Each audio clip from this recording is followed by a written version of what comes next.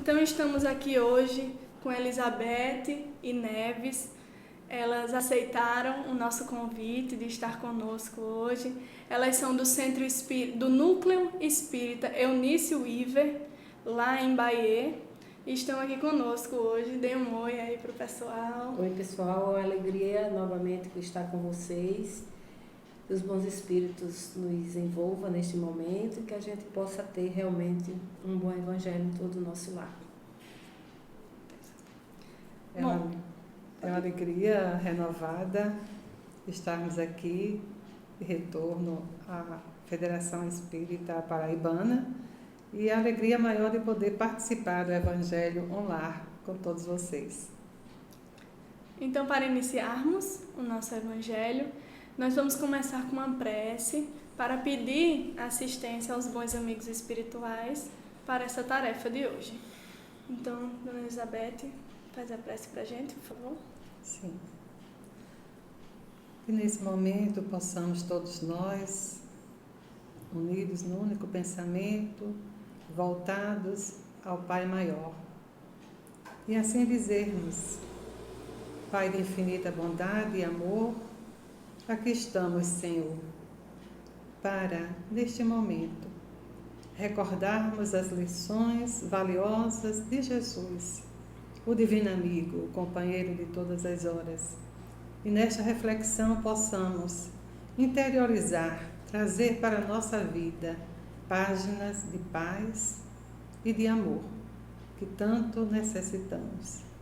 Com a Tua permissão, Senhor, a permissão dos benfeitores espirituais e, sobretudo, com a Tua permissão, Pai Maior, damos por iniciado o Evangelho online desta noite. Graças a Deus. Então, amigos, o nosso tema de hoje, dando continuidade no Evangelho segundo o Espiritismo, nós estamos no capítulo 5, item 23. Capítulo 5 é Bem-aventurados os aflitos, que é uma fala de Jesus nas bem-aventuranças. E o item 23 fala sobre os tormentos voluntários. Olha que título interessante. Os tormentos voluntários. Então, será que existem sofrimentos que nós possamos evitar aqui na Terra? Então, esse é o tema de hoje. E eu vou pedir para a nossa querida Neves ler para a gente, por favor. Vamos lá, iniciando o primeiro parágrafo do item 23. Vive o homem incessantemente em busca da felicidade, que também incessantemente lhe foge, porque felicidade sem mescla não se encontra na terra. Entretanto, malgrado as vicissitudes que formam o cortejo inevitável da vida terrena, poderia ele, pelo menos, gozar de relativa felicidade, se não a procurasse nas coisas perecíveis e sujeitas às mesmas vicissitudes, isto é, nos gozos materiais, em vez de a procurar nos gozos da alma, que são um prelibar de gozos celestes, imperceptíveis, em vez de procurar a paz do coração, única felicidade real neste mundo, ele se mostra ávido de tudo o que o agitará e turbará, e coisa singular. O homem, como que de interno, cria para si tormentos que está nas suas mãos evitar. Dando continuidade à leitura, haverá maiores do que os que derivam da inveja e do ciúme? Para o invejoso e o ciumento não há repouso. Estão perpetualmente febricitantes. O que não tem e os outros possuem, lhes causa insônias. Dão-lhes vertigem os êxitos de seus rivais.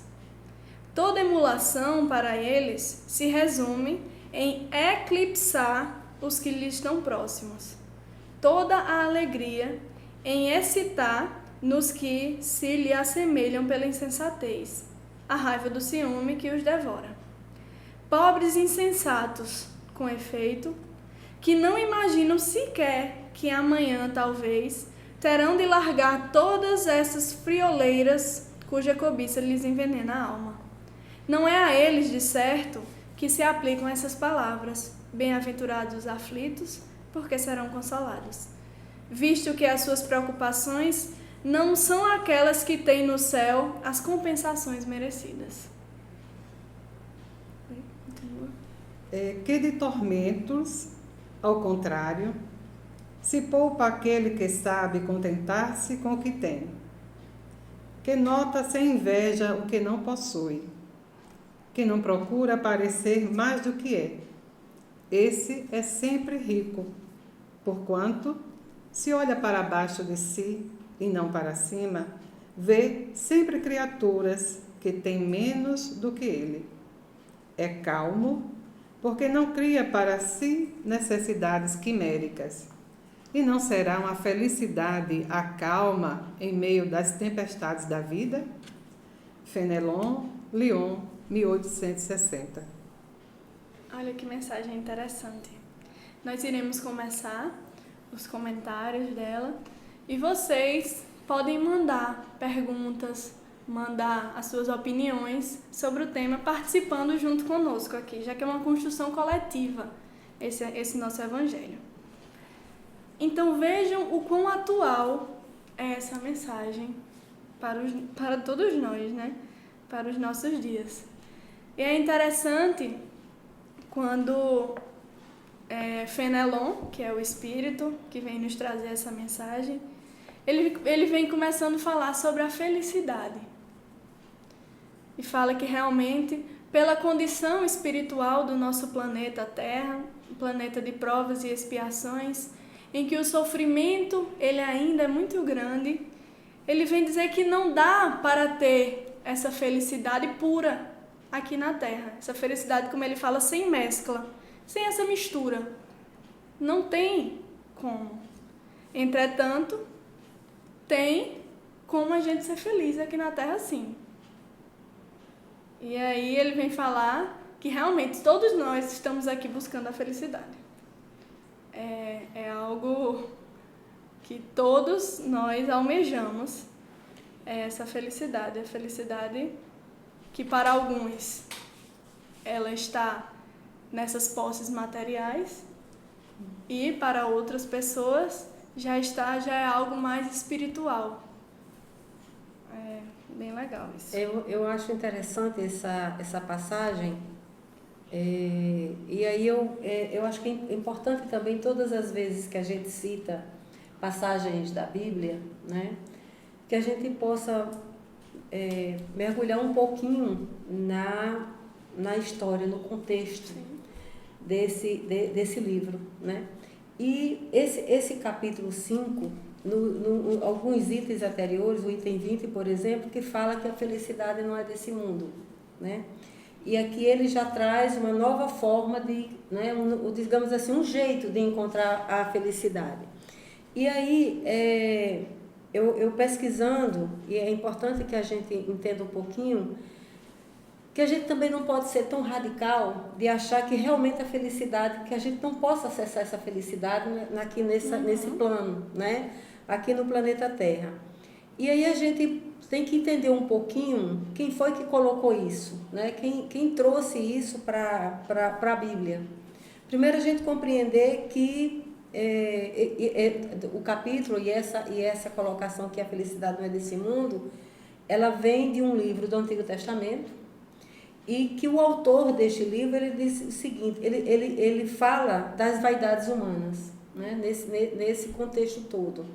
E ele diz ainda o seguinte, que tudo na vida é decepcionante. O autor que é de Eclesiástico, ele diz o seguinte, que a vida é decepcionante, a ciência, a riqueza, inclusive o amor. E é importante também que a gente veja que isso aqui foi uma colocação feita 150 anos antes de Cristo, né? Quem disse isso?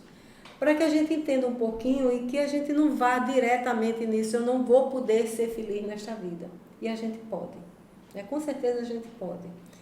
E o primeiro item que é colocado aqui, quando ele diz assim, que a gente vai buscar a felicidade em coisas, primeiro, materiais, né? Que é isso que está movendo a humanidade nesse momento, quando você coloca que é tudo tão atual. A humanidade está sendo conduzida pelo ter, não é? Infelizmente. É mais importante você ter, é mais importante você buscar, está sendo, né, tanto nessa busca do ter, de trabalhar muito para ter dinheiro, porque achando que o dinheiro vai trazer a felicidade. Vai trazer a felicidade, que com o dinheiro que você vai conseguir ter um carro do ano, uma casa, uma mansão, morar em lugares privilegiados, e que isso vai lhe trazer felicidade, né? E aí eu acho que é uma receita. Na verdade, esse item 23, ele vem com uma receita. E com um alerta também. E com um alerta também. Se você está buscando a felicidade, né, dessa forma, certamente você não vai encontrá-la, não é? E como ele coloca aqui no primeiro item, né? Aqui a gente deve buscar felicidade na paz do coração. E quando você se reporta a momentos de paz do seu coração, certamente você vai sentir esta felicidade. E todos nós certamente já passamos por estes momentos, já sentimos isso e já sentimos a felicidade várias vezes, né? Vocês jovens já sentiram a felicidade, eu mais velho um pouco senti felicidade, né? Nós dessa geração. Então, assim, eu achei maravilhosa esse item, maravilhoso esse item, por esta colocação, inclusive, para que a gente procure a paz no coração. Eu gostaria de aproveitar essa abordagem que você fez, vendo a questão 920 do Livro dos Espíritos, do capítulo 1, das penas e gozos terrestres, na questão 920, onde Kardec sabiamente perguntou aos espíritos amigos: pode o homem desfrutar na terra de uma felicidade completa?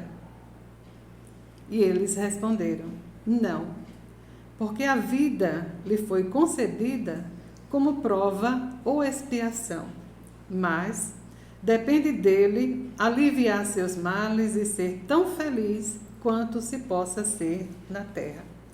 Então, isto vem exatamente trazer respostas para nós no que diz respeito a entender que, mesmo que ao nascer o homem, a mulher, todos aqueles seres viventes buscam a felicidade. Todos nós queremos ser felizes.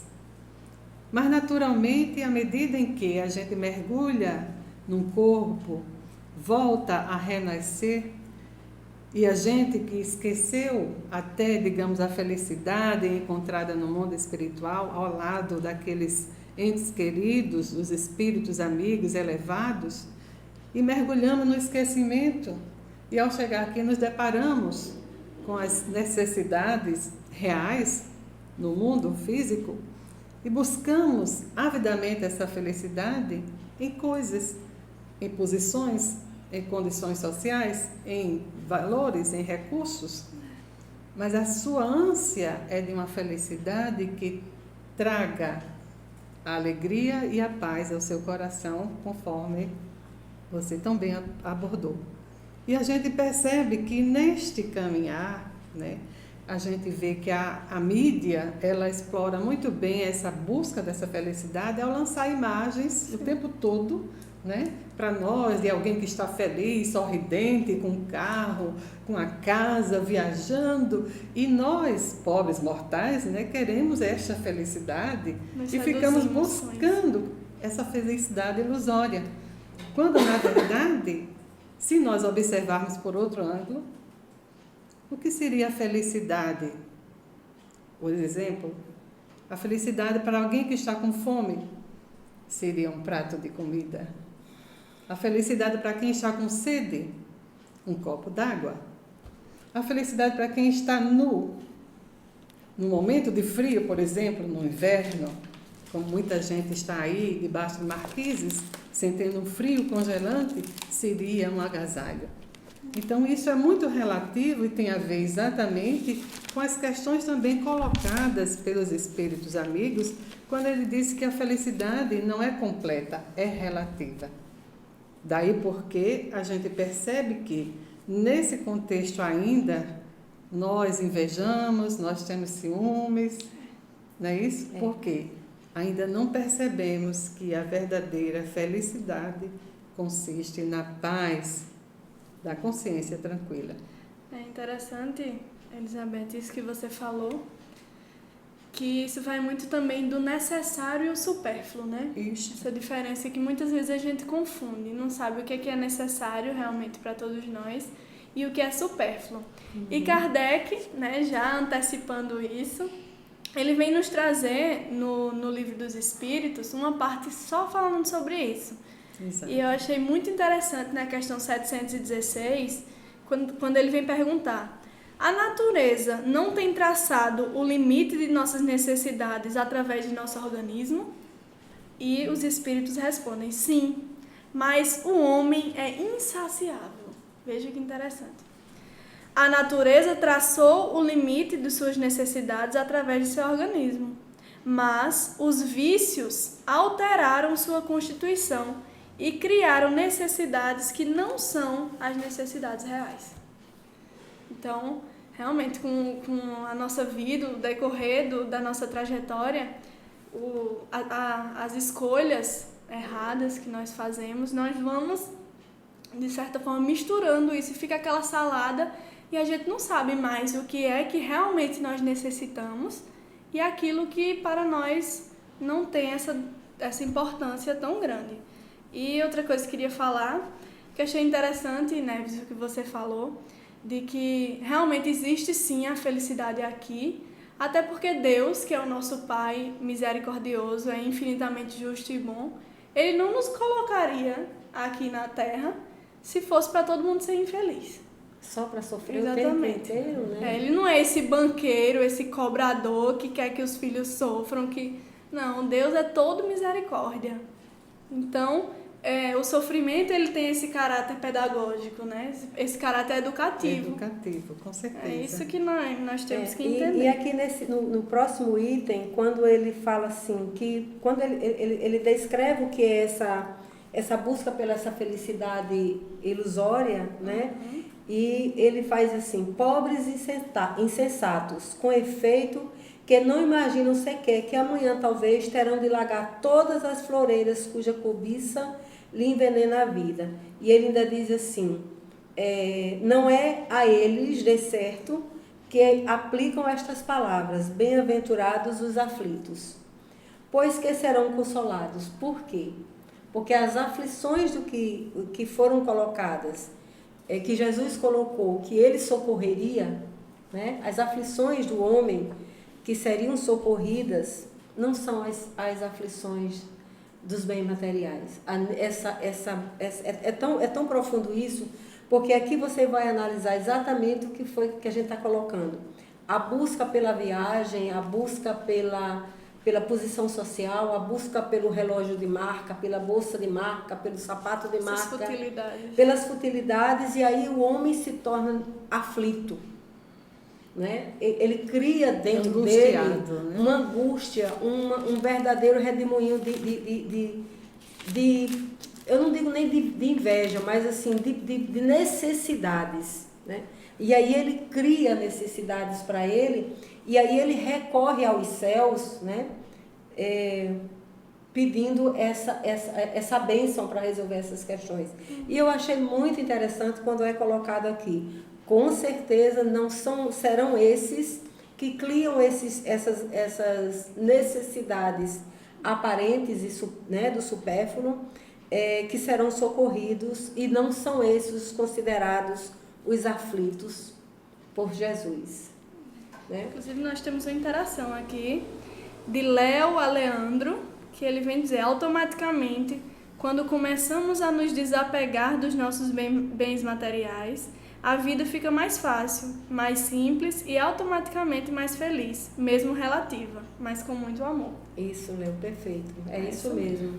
É a questão das necessidades que você colocou, Nayara. Nós criamos necessidades, né? O nosso corpo não precisa de tanto. Exatamente. Né? Não precisa de tanto.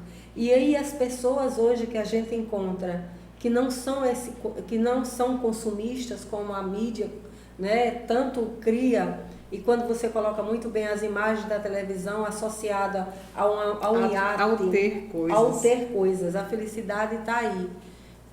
Aí você percebe, na verdade, quando você descobre, porque isso aí é um descobrimento, é uma coisa muito interna, que você vai dizer, mas eu não preciso disso para ser feliz, né?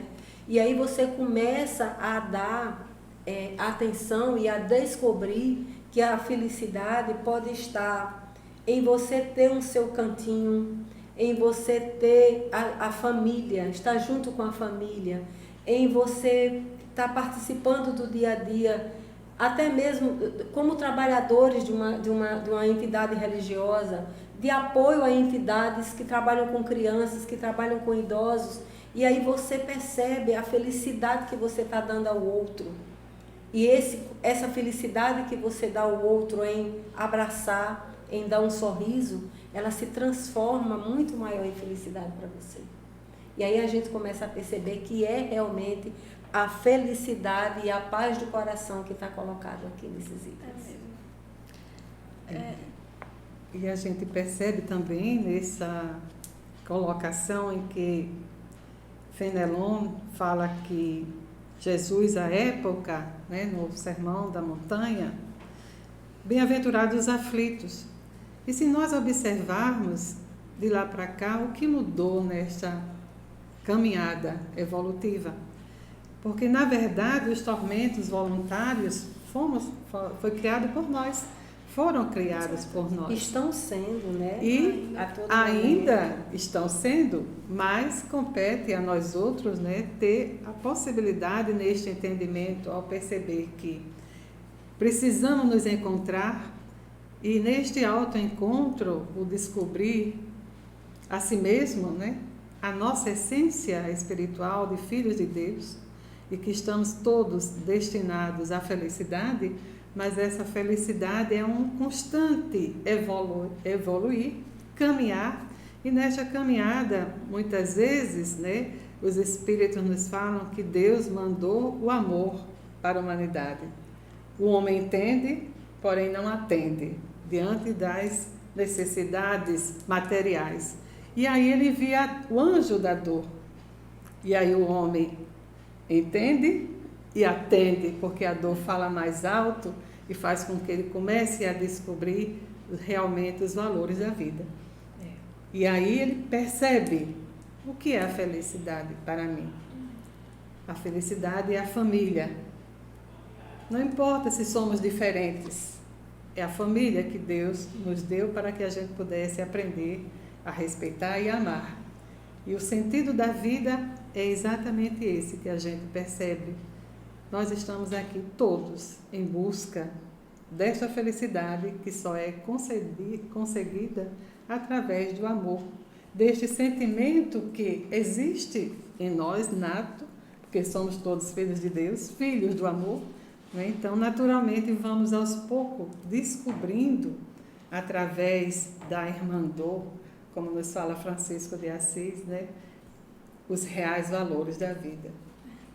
E aí a gente chega a entender por que Jesus nos convidava e dizia: bem-aventurados os aflitos, porque serão consolados. É legal que Kardec, quando ele escreveu a Gênese, numa parte lá, se eu não me engano, no capítulo 3, ele vem dizer que se os espíritos fossem criados perfeitos, eles seriam levados fatalmente ao bem. Mas aí, Deus criou os espíritos simples e ignorantes e deu a eles o livre-arbítrio, que é um atributo do espírito pela lei de liberdade, que é justamente essa faculdade que tem de escolher para onde ir. Então, ele deu o livre-arbítrio para que o espírito ele não fosse levado nem fatalmente ao bem e nem ao mal. E para isso, vem a lei do progresso. Então, todos nós fomos criados simples e ignorantes com a lei do progresso. Exato. E com o livre-arbítrio, nós temos esse atributo de fazer escolhas. Então, Deus quis que nós evoluíssemos, mas através do nosso próprio trabalho, para que nós tenhamos mérito nessa nossa evolução. E é justamente através desse livre-arbítrio, desse atributo de escolher para onde ir, de decidir sobre a nossa vida, que muitas vezes nós fazemos escolhas equivocadas. E aí, a partir daí, nós colhemos sofrimentos que muitas vezes não eram necessários. Como, por exemplo, os sofrimentos, esses tormentos que o Fenelon ele vem nos falar. Porque muitas vezes, pelo nosso orgulho, pela nossa vaidade, nós estamos atrás de posição social, de manter uma imagem que não condiz muitas vezes com o que nós somos, mas a partir daí nós acabamos sofrendo. E aí nós culpamos ou a Deus, ou culpamos o nosso próximo, ou a ingratidão dos outros, e até se nós acreditamos em reencarnação, nós culpamos uma vida passada, uma vida anterior. Eu estou sofrendo isso porque na vida anterior deve ter sido muito ruim para sofrer isso. Quando, na verdade, muitas coisas que estamos passando nesse momento é resultado dessa própria vida de hoje, essa existência de hoje. Como o ciúme e a inveja, que são sentimentos tão negativos, mas que ainda existem dentro de cada um de nós, que nós estamos trabalhando para combater, mas que trazem tanto sofrimento, tanto a nós, quanto às pessoas que estão à nossa volta. Então, realmente, não foi a esses aflitos que Jesus disse que seriam consolados, porque esse sofrimento é fruto da nossa própria escolha. Então, esse sofrimento, que inclusive é o capítulo todinho e já faz um tempo, porque esse capítulo é grande do Evangelho, já faz um tempo que ele está sendo discutido, esses aflitos são justamente essas pessoas que têm o bem sofrer, né? Que elas transformam essa dor que estão passando em uma experiência para o futuro. Pessoas que têm resignação, que elas têm resignação, que elas têm como experiência isso, que elas não se revoltam contra Deus. Enfim, é um outro nível de sofrimento. E Fenelon veio justamente nos alertar contra a inveja e o ciúme. E aí cabe a pergunta: sentimos nós inveja? Sentimos nós ciúme? E frequentemente nós ouvimos alguém dizendo: fulano, eu estou com uma inveja branca de você. Inveja boa. Uma inveja boa. Mas, no fundo, é uma inveja. Não tem como ser boa, não é? Né? E aí, como fazer? Como trabalhar isso? Como usar o nosso livre-arbítrio, conforme você colocou tão bem, para que a gente comece a transmudar isso? Sócrates nos falava que conhece-te a ti mesmo. Isso. Para que a gente comece a mudar o homem velho, a mulher velha, uma nova postura.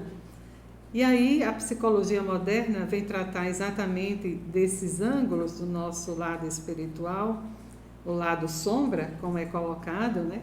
Transmudar. Isso me recorda Emmanuel, que diz assim, que a luz veio para iluminar a sombra. Percebam, iluminar não veio para destruir. Porque a partir do momento que ilumina, há uma mudança, há uma transmutação. Então, precisamos perceber se eu já captei em mim a inveja que sinto, até essa inveja boa, né? Comecemos a trabalhar e mudar essa energia. comecemos a iluminar este ângulo escuro que ainda existe no meu eu, para transmudá-lo através da luz do Evangelho, que vem exatamente fazer a luz necessária para a nossa vida. E é aí onde a gente percebe que, ao entender isso, a nossa vida começa a dar uma mudança na direção desta felicidade buscada. Porque aí a gente já começa a se desfazer das escamas escuras que ainda carregamos, que são as nossas imperfeições, né? A caminho da luz. O primeiro passo é admitir, né? Isso, é aceitar. É aceitar. É o conhecer realmente a si mesmo, né? Exatamente. Porque quando entender. você faz essa sua viagem interior, primeiro que nós somos muito bonzinhos conosco mesmo, né? Generosos demais. Nós somos muito generosos. Então, assim, quando você pergunta, ainda temos ciúmes, ainda temos inveja, aí, mas eu tenho uma invejinha, mas é aquela invejinha boa, né? O ciúme não é ciúme, é cuidado. Não é? Já dá outra mudança. Dá um outro enfoque. Efeito. Então, assim, nós somos muito generosos quando começamos a dar esse mergulho interno, né? E muitas vezes nós não temos a coragem de fazer essa viagem. E nós precisamos fazer esta viagem, porque é com essa viagem que nós descobrimos um mundo realmente mais fácil em algumas situações para ser vivido. E quando você coloca a história das escamas, né? Não tem como a gente não lembrar de Paulo, né? Não tem como lembrar de Saulo. A necessidade que Saulo teve, né? Ao encontrar a dor, né? A necessidade que ele teve de se livrar daquelas escamas. E de Ananias também, né? A grandeza de Ananias. E a grandeza de Ananias de perdoar e de ajudar, não é? A retirar. Então, assim, essa viagem interna ela é muito importante, porque primeiro que você tem que se despir de uma série de preconceitos e de conceitos, né? Que você criou em torno de si mesmo. E uma das coisas que eu vejo assim, que a doutrina espírita nos possibilita muitas descobertas e que a gente encontre, até para não fugir do tema, a felicidade, é que você pode descobrir tantas escamas em você mesmo, mas que isso também não seja aquela forma de descobrir e de você criar, meu Deus, que monstro sou eu, não é? E de você ficar envolvido nesse mal-estar que você descobriu dentro de você. Culpa, Num né? círculo fechado, fechado, sem encontrar saídas. E a gente tem que compreender o quê? Nunca esquecer da figura do Cristo. Né? O homem que não veio aqui pregar a não ser o amor, a compreensão, o perdão. Né? Até o último momento na crucificação ele ainda pede, Pai, perdoa-os. Né? Então, assim, o primeiro perdão que nós temos que dar é a nós mesmos. Porque quando a gente consegue descobrir essa escama que ainda está em nós e que a gente parte para, primeiro, reconhecer, né? Reconhecer que temos. E a partir daí nos propor a mudança. É a partir daí que começa a sua transformação. Né? A gente analisando todo esse processo de cura, eu não tenho como, sempre estou falando do processo de cura, de doenças, e aí você descobre em todas essas criaturas, dessa transformação, essa mudança proposta, né? Pelo amor de Deus, de Jesus, que mandou seu Filho para trazer pessoalmente essa fórmula, né? Você descobre um processo de transformação, mas que na maioria das vezes, eu não descobri até agora nenhum deles ainda, pelo menos os que eu analisei, que não tenha sido com dor. Né?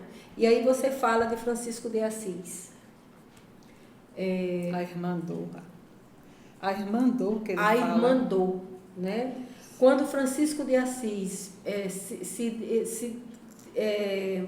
tira toda a sua roupa, né? Naquele momento que ele em frente ao pai dele, né? Pai encarnado, o pai de Francisco, que ele tira aquela roupa e a partir dali é como se aquela roupa tem um significado de tirar essas escamas, na verdade, que nós estamos nos colocando aqui. E a partir dali criar, né, o homem novo.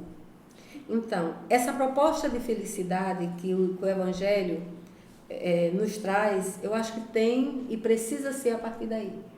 Primeiro que quando nós aprendemos que nós nascemos, nós somos átomos e vamos chegar a arcanjos, né? E nessa caminhada de milhões e milhões de anos, nós vamos, de acordo com nossas escolhas, tendo mais ou menos escamas, usando o termo que nós estamos usando aqui desde o início.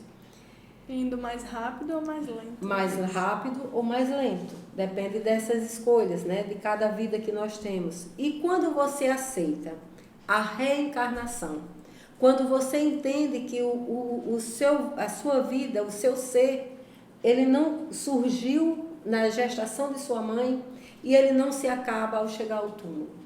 Quando você entende que você é um processo ao longo de milhões e milhões de anos e que essa felicidade que está colocada aqui, ela não pode ser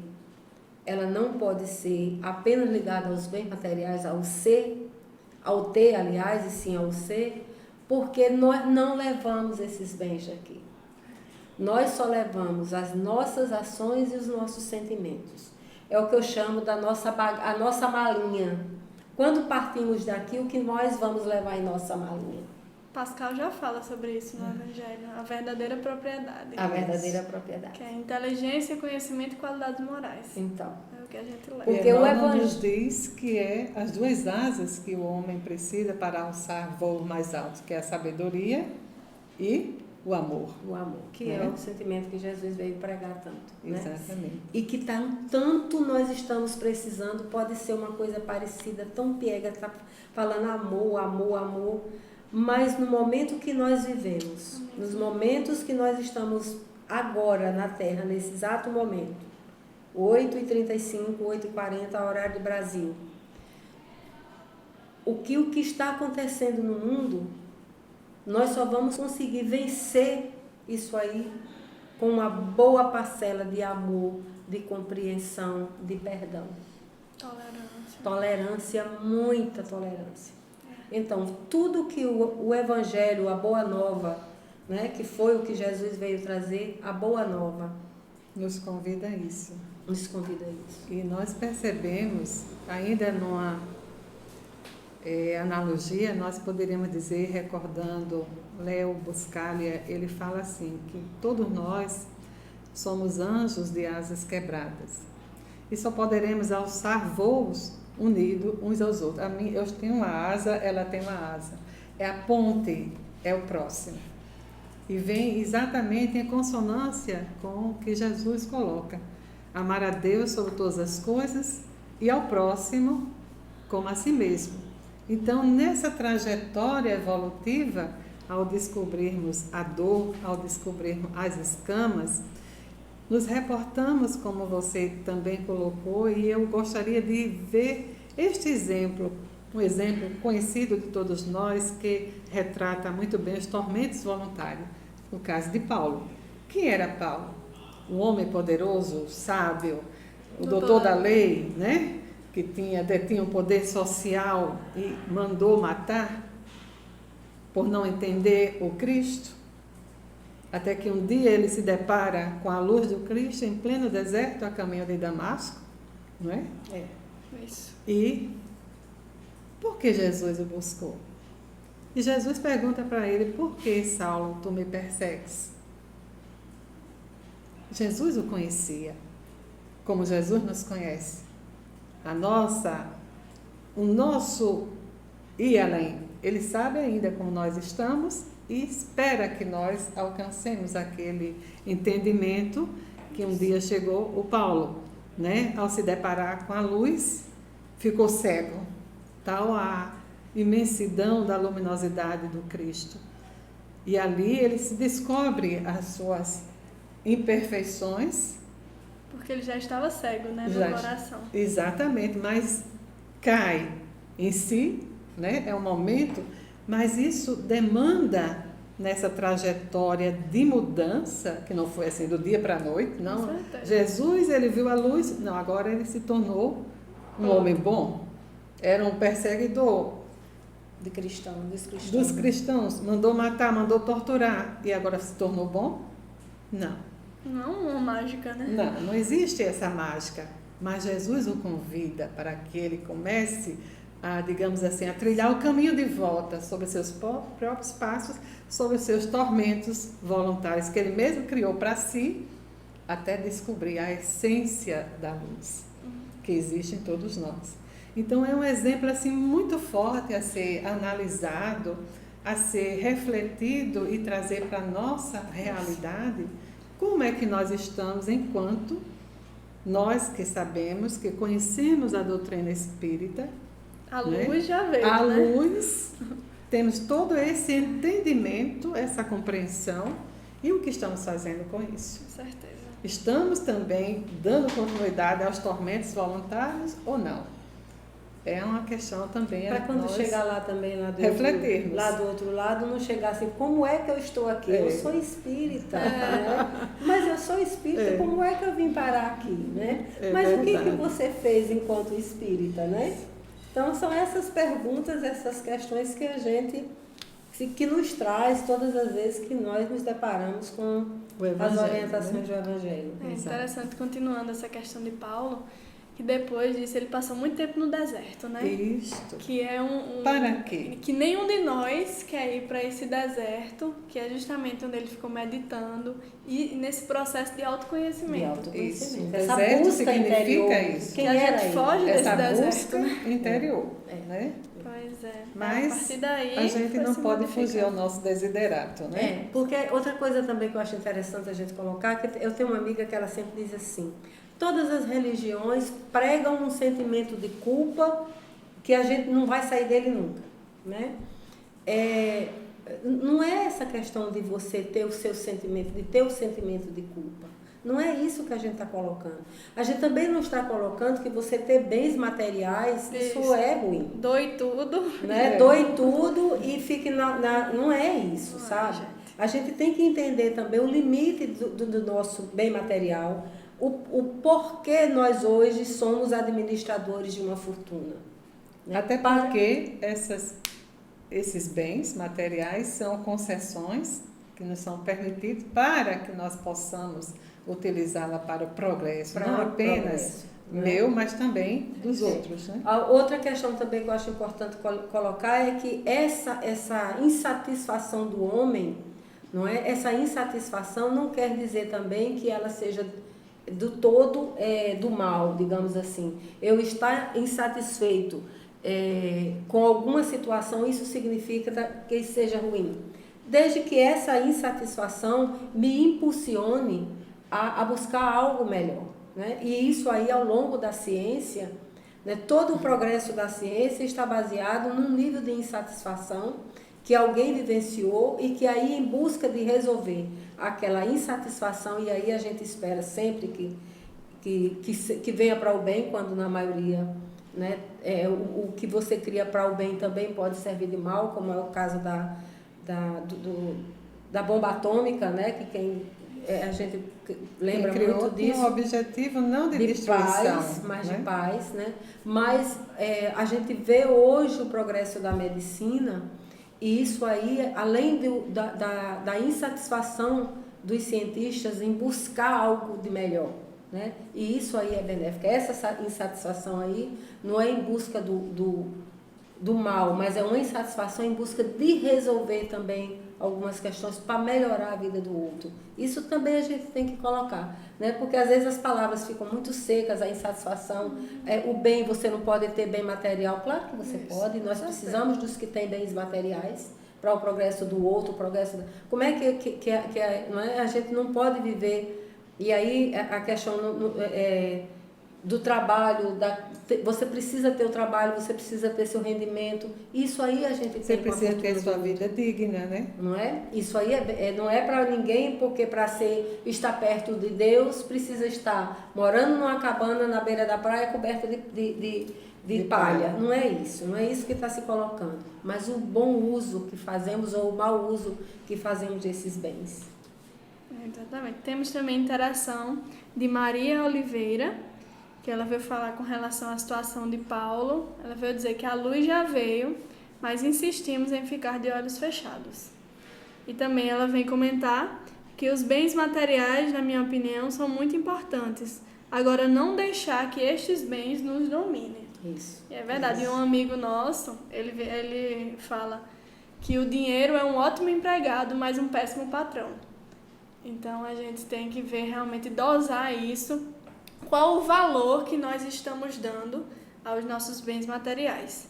E nós já estamos encerrando, chegando ao final. Infelizmente, o papo é muito bom, mas temos horário para encerrar. E eu finalizo com essa última frase de Fenelon, quando ele vem dizer: e não será uma felicidade a calma em meio das tempestades da vida? E aí, mais uma vez, no Livro dos Espíritos, na pergunta 922, Kardec questiona: a felicidade terrestre é relativa à posição de cada um. O que basta a felicidade de um faz a desgraça do outro. Haveria, no entanto, uma medida de felicidade comum a todos os homens? E aí os Espíritos vêm dizer: para a vida material é a possessão do necessário. Vejam só, o necessário, mais uma vez aí. Já para a vida moral é a consciência tranquila e a fé no futuro. Então, realmente, é essa calma, essa paz do coração que a gente já havia dito. Então, para finalizarmos, vocês querem fazer considerações finais? O pessoal que está em casa. Não, acho que esse momento é importante que a gente repense a questão da felicidade associada sempre a uma possibilidade, né?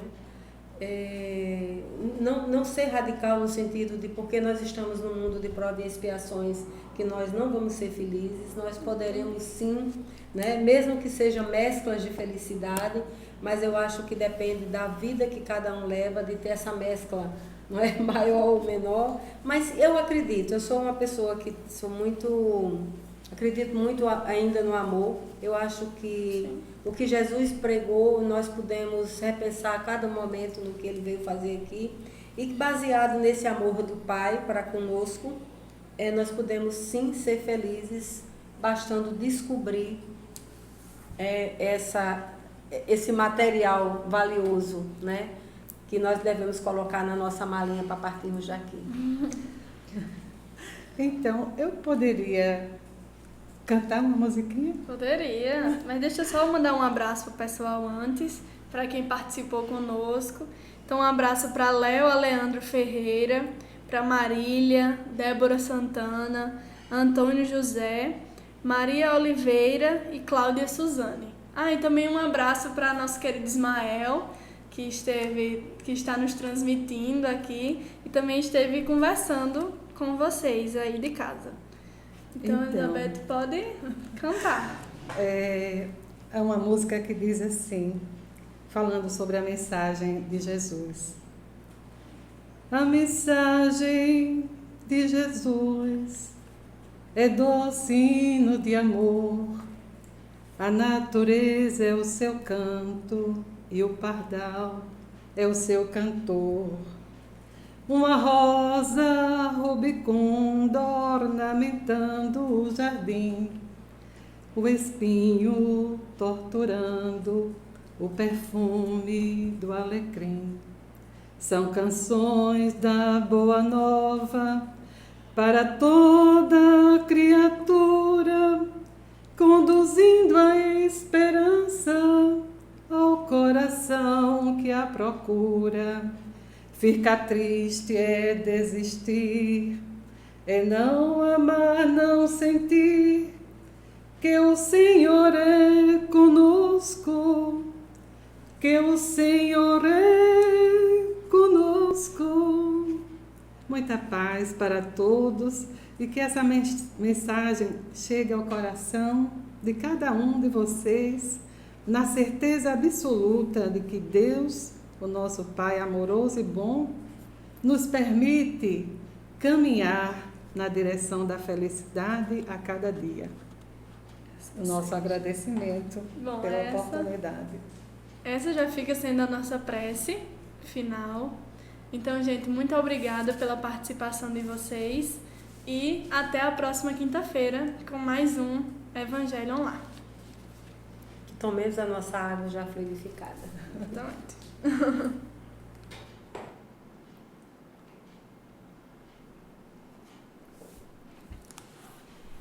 Eu quase vou riscar. Evangelho Online traz alegria, equilíbrio e paz, sabedoria, fortifica os laços de uma família e nos liga ao Pai em plena harmonia. Evangelho, Evangelho,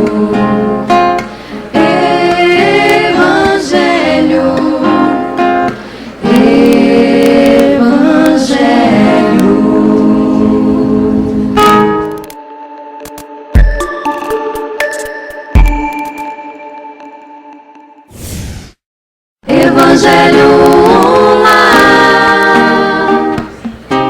traz alegria, equilíbrio e paz, sabedoria, fortifica os laços de uma família e nos liga ao Pai em plena harmonia.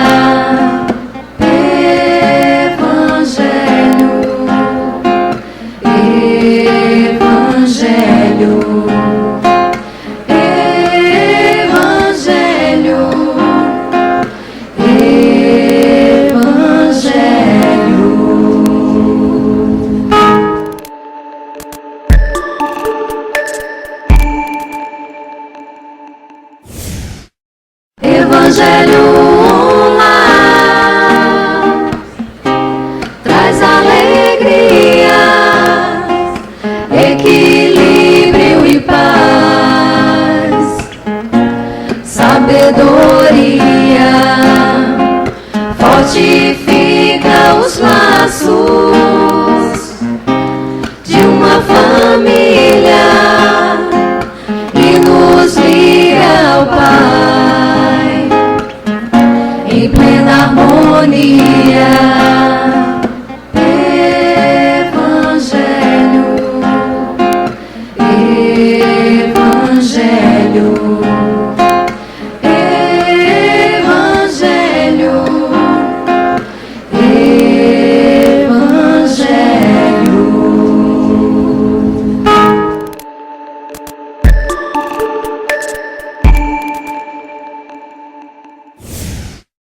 Evangelho online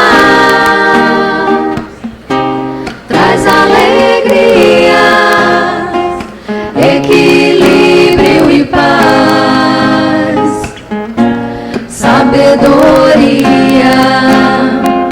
fortifica os laços de uma família e nos liga ao Pai em plena harmonia.